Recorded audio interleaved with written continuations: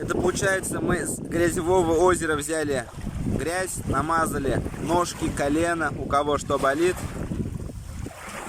И стоим сейчас возле соленого озера.